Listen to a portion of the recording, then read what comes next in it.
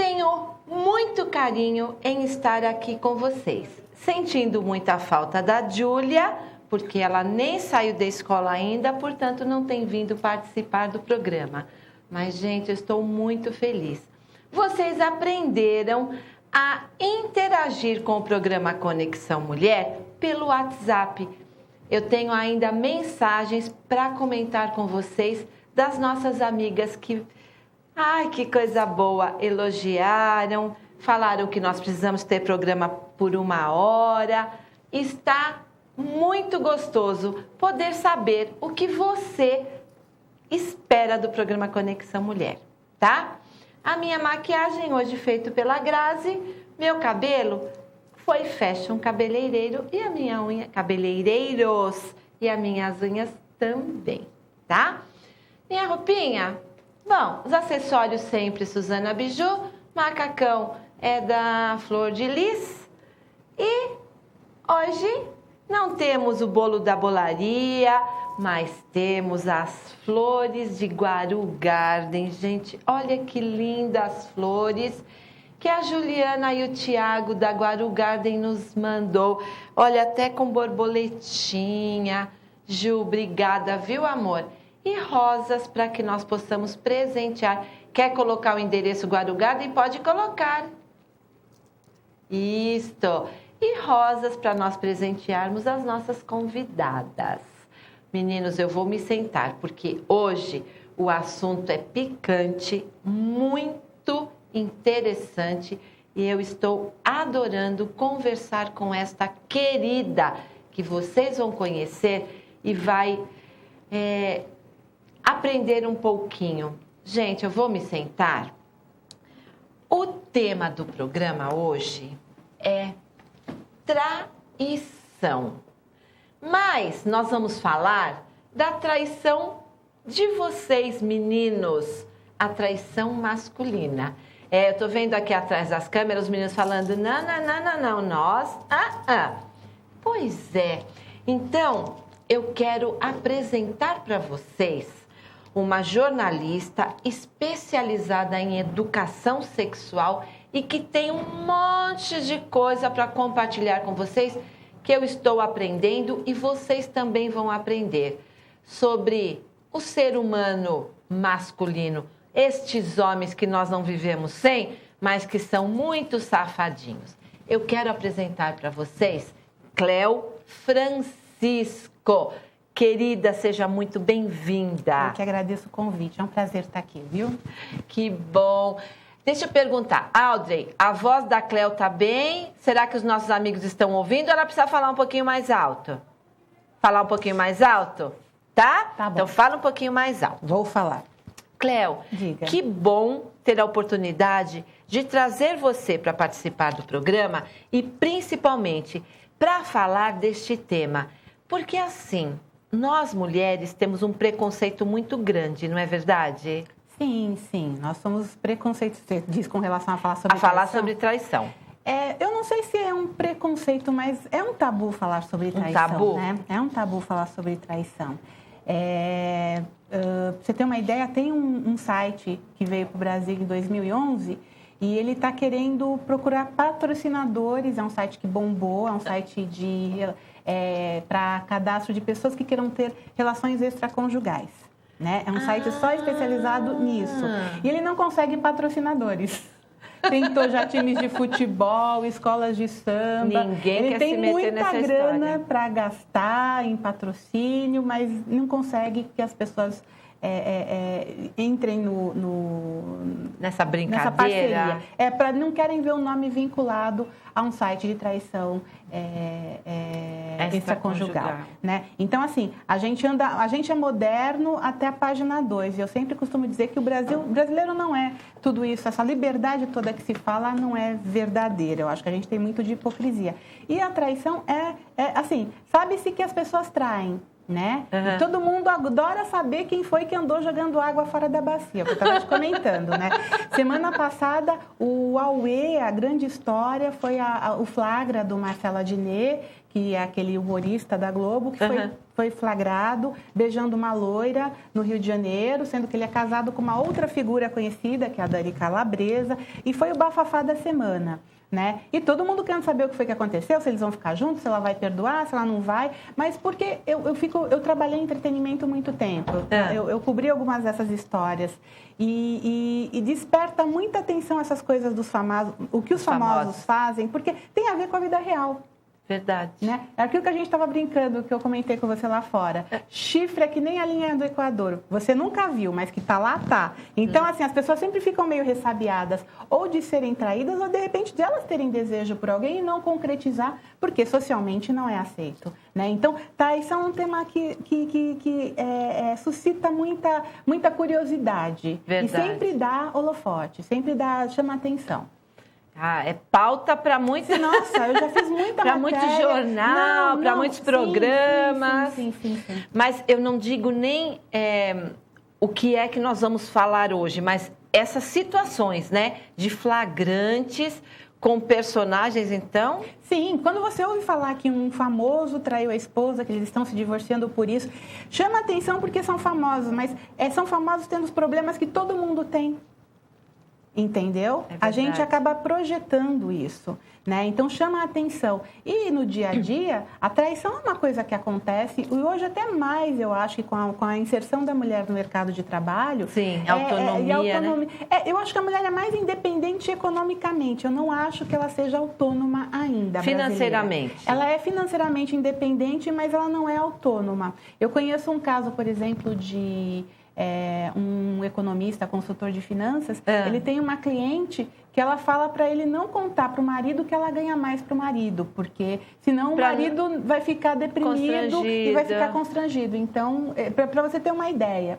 Fora isso, tem algumas questões também, por exemplo, uma mulher, é muito comum hoje a gente ver uma mulher as mulheres estão estudando mais, ganhando melhor, elas querem um homem, quando elas pensam num homem, esse homem tem que ser igual a ela ou melhor. Sim. E quando essas mulheres estão junto com esse homem, elas não, mesmo tendo possibilidades, elas não querem pagar conta. Ela quer que o homem faça isso.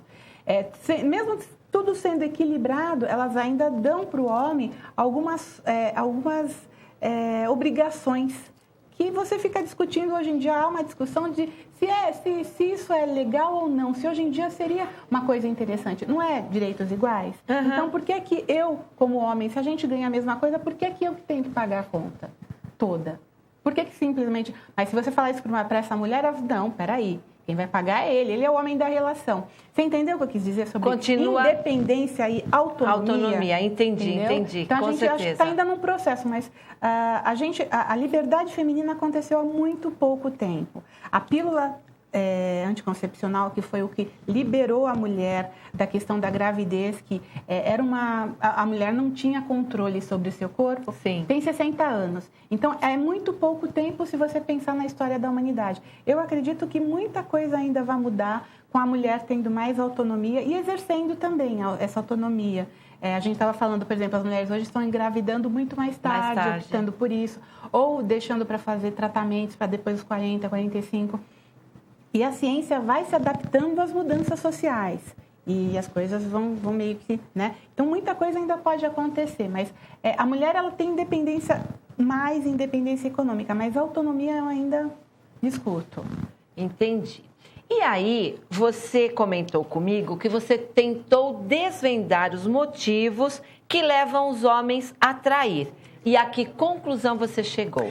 Os motivos são vários, né? E tem desde questões de contexto histórico e social até questões mais individuais mesmo. Que a gente não pode esquecer que cada ser humano é único. Sim. Mas somos únicos dentro de uma sociedade que estabelece padrões de comportamento para homens e mulheres, né? Então, assim, no caso dos homens, eu tive que até...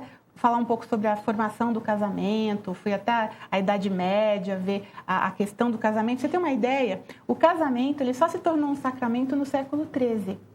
Antes, a igreja discutia se devia dar atenção para o casamento, porque tinha a ver com a vida mundana. Então, não é que assim, os cristãos logo vieram e o casamento... Não, demorou até o século XIII para que o casamento se tornasse um sacramento. Entendi. Porque alguns dos dos pais da igreja achavam que tinha a ver com sexualidade, a sexualidade era uma coisa mundana. Só que haviam outras pessoas dentro da própria igreja que achavam que o casamento poderia conter a sexualidade.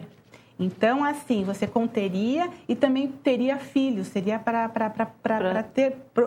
ter filhos, né?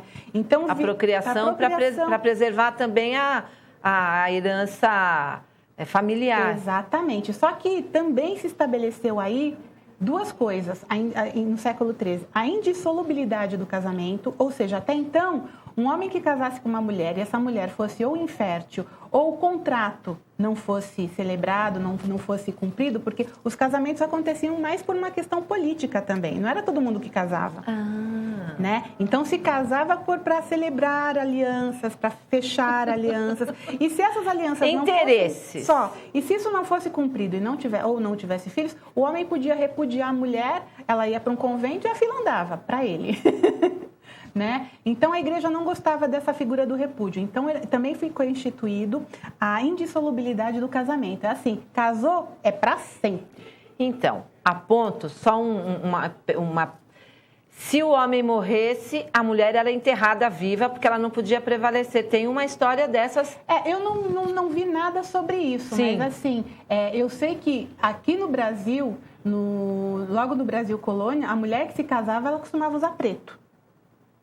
Ela se casou, ela usa preto, independente do marido estar vivo ou não, porque ela muda de comportamento. Então, no Brasil, colônia, isso era uma norma, uma espécie de norma. Entendi. Né? Mas, assim, isso eu não cheguei a estudar. Em uma das pesquisas que eu fiz, quando escrevi A Mulher como Protagonista na História, agora não me recordo detalhes, mas eu sei que a mulher, quando o marido morria, ela não poderia continuar, ela tinha que ser enterrada viva.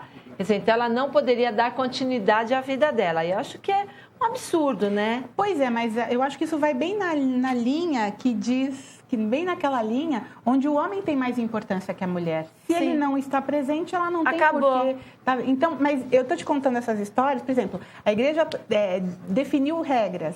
Por exemplo, sexo. Só a mulher por baixo e o homem por cima.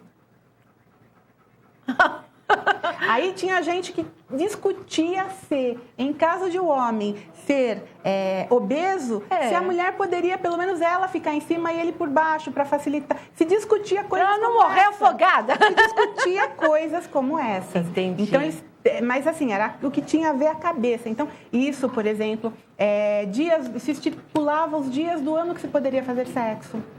Então, por exemplo, dias em que a mulher estivesse menstruada ou estivesse grávida, dias de santo, por exemplo, não poderia fazer Proibido. sexo. Então, isso ia encarcerando o desejo, porque o desejo ele precisa de liberdade para se manifestar. Quando foi instituída a indissolubilidade do casamento, se fechou a porta para que o homem tivesse outras relações, que não aquela, porque ia ser aquela mulher e aquele homem para sempre. Mas abriu-se a porta para infidelidade, porque o desejo precisa de expressão. Como é que ele vai se expressar desse jeito? Então, você entendeu que fechou uma porta e abriu uma janela?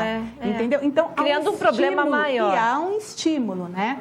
E há essa aceitação do homem, de que o homem pode trair, mas também por conta da questão da gravidez da mulher. Tem isso também, né? Então, quem nunca ouviu aquela frase, e eu ouvi isso, segura sua cabra porque o meu bode está solto. Muitas vezes. O que está implícito aí? Que o meu filho homem pode fazer qualquer coisa e a minha filha mulher... E a sua filha mulher, se estiver solta, meu filho pode fazer o quê? Porque o problema é seu. Você já viu, por exemplo, aí a gente talvez entre num outro, mas a gente sai um pouquinho, mas está no mesmo assunto. Aquela questão de filho. Você tem filhos e filhas? Eu tenho. Quando nasce um menino, normalmente o pai faz o quê quando leva alguém em casa? E vai mostrar o menino recém-nascido? Muita festa.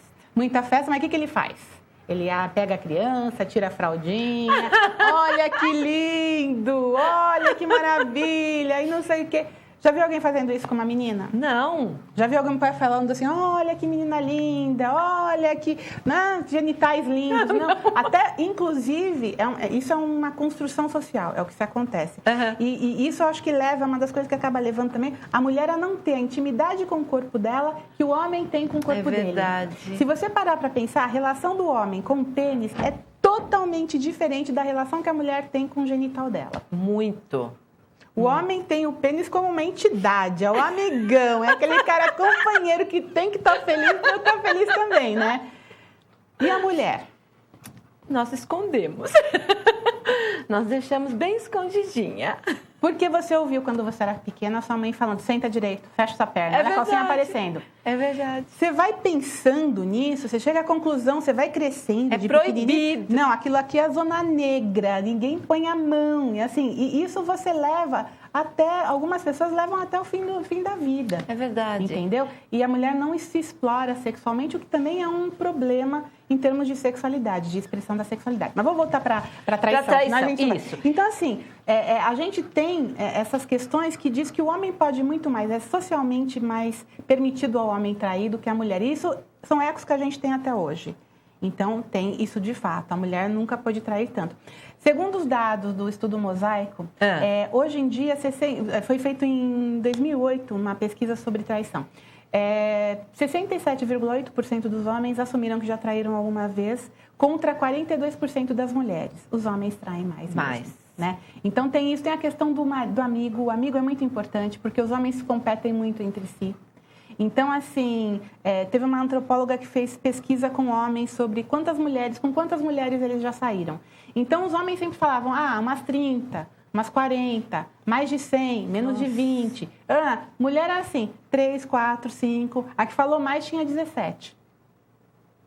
O que a autora deduziu disso?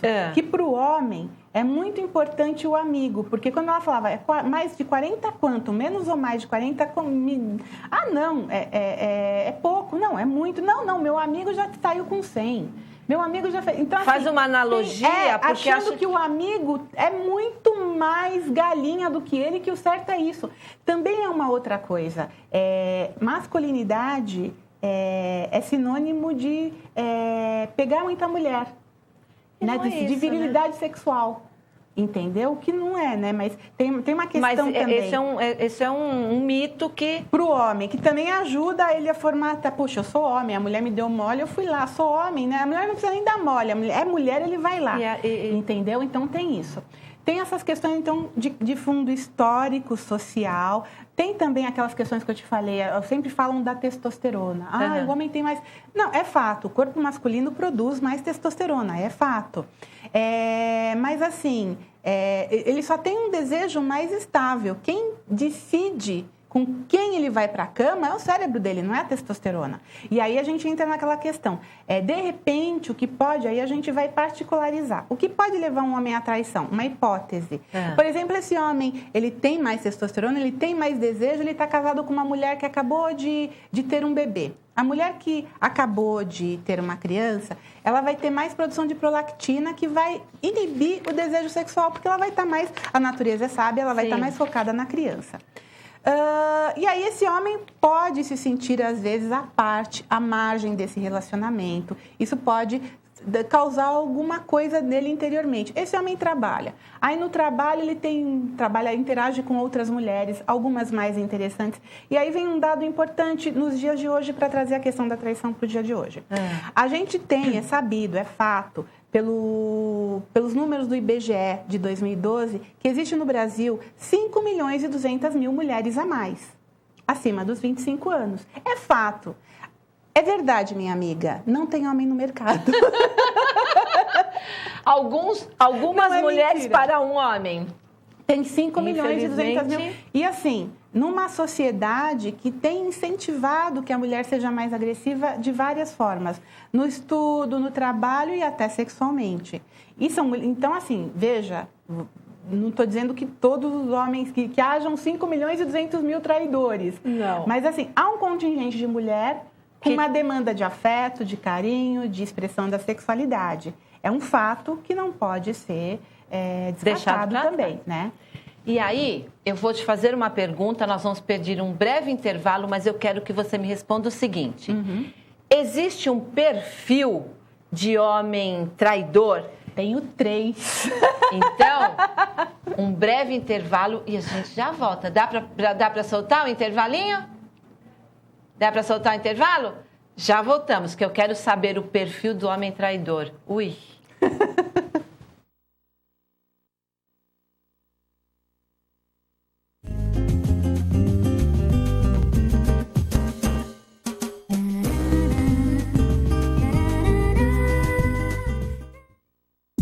Tem jeito de casa, mas é colégio. Conforto e confiança para você e seu filho. Para crianças de 4 meses a 5 anos de idade. Conta também com período integral, atividades extracurriculares e inclusão. Colégio Alvorada, Rua Salto da Divisa, 404, Jardim Alvorada.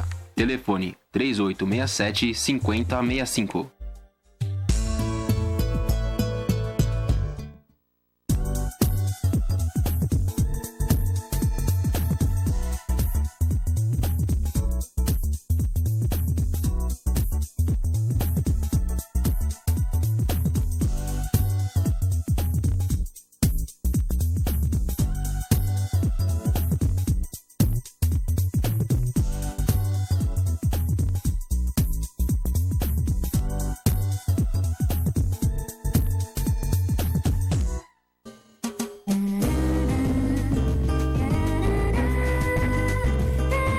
Então, Cléo, eu quero saber que história é essa. Quer dizer que o homem traidor tem o perfil.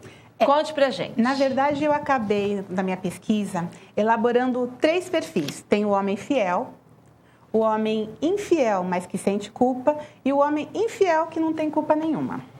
Tá? Vamos falar de cada um deles. Por que um homem é fiel? Por vários motivos.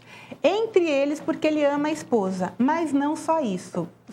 Eu digo não só isso porque eu conversei com alguns homens e também fiz algumas pesquisas que só amar uma mulher não é suficiente para que impeça um homem de traí-la. Entendi. Só amor, tá? Há muitos homens que dizem, eu amo a minha mulher, mas eu saí com aquela outra, eu amo a minha esposa, ela é incrível, mas eu não resisti a outra.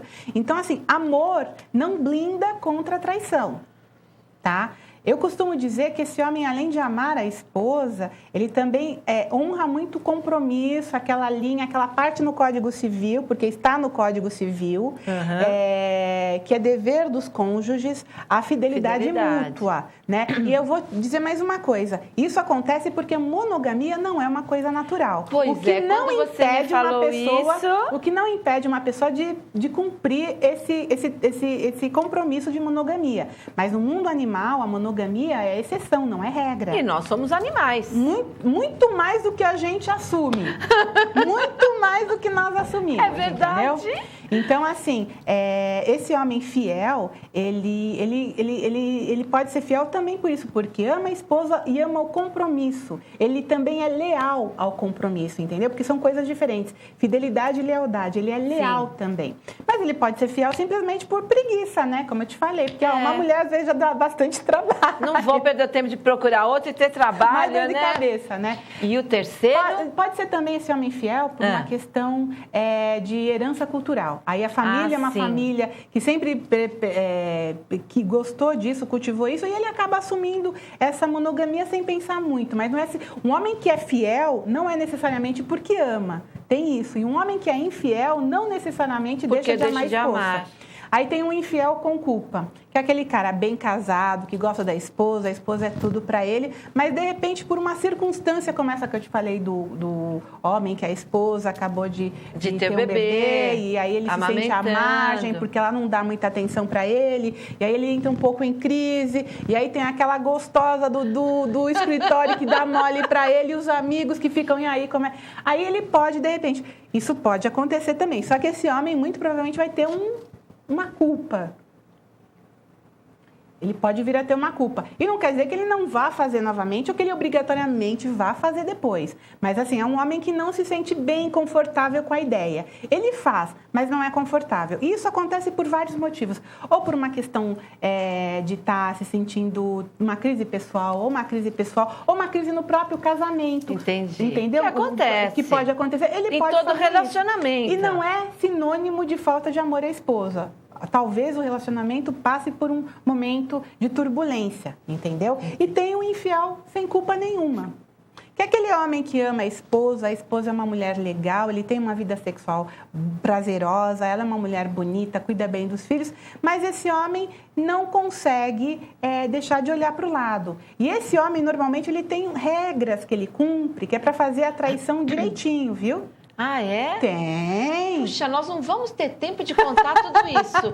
Cléo, Pode ficar mais um pouquinho? Mais 5? Então vai, então vai.